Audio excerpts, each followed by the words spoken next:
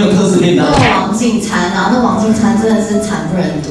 左边3天就卖破了6770万，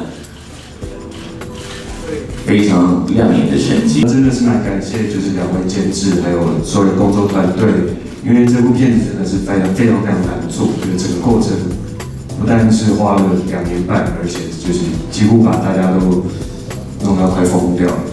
对，最痛苦的是哪一段？哪一场戏有没有最难忘的？应该是说哪一个比较不痛苦？哪一个比较不痛苦？就是每一场都是很艰巨的挑战。是。那我们来访问一下女主角哦，这次方芮欣高度的凝聚在这个角色当中，你拍片应该也不简单吧，很痛苦吧，对不对？非常痛苦，但是最痛苦的是不能吃饭，因为就是大家都知道我比较肉一点嘛，可是因为很瘦哎。谢谢。可是因为方芮欣她必须要比较单薄，然后比较忧郁，甚至到有点厌世的状态，所以导演跟监制他们希望我可以不管从生理还是从心理上面都可以还原角色的样子。是。他们就非常过分，都不让我吃好吃的东西。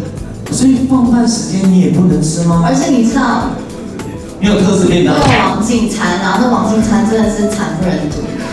内容物是哪些？可以介绍一下王静特餐。他们会很开心的说：“今天你有那个嘴边肉哦。”我还想说嘴边肉我最爱吃，结果没有调味料，就是烫的嘴边肉这样子之类的。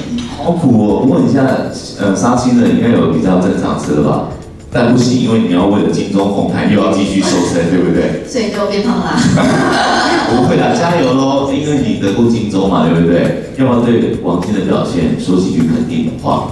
你说哪方面？就这一次的返校当中，因为他入围金钟奖，你得过金钟，要给他一个学长的力量加持他一下，给他一些鼓励、肯定、建议。对，怎么红红毯？我其实什么一点印象都没有，因为时间实在太久，14年前哦，实在是太久了。是，那王静，你战袍准备好了吗？有，就是反正就那样了。哦，会令人惊艳吗？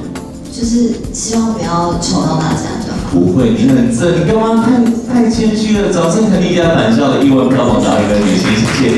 有想过自己现在已经是破亿女星的这种身份？其实我不知道为什么大家一直说破亿女星，因为我们就还没破亿，万一9天9百99号有了，他们预估今天晚上应该就真的要破亿。哦，是吗？那会非常非常开心，谢谢大家。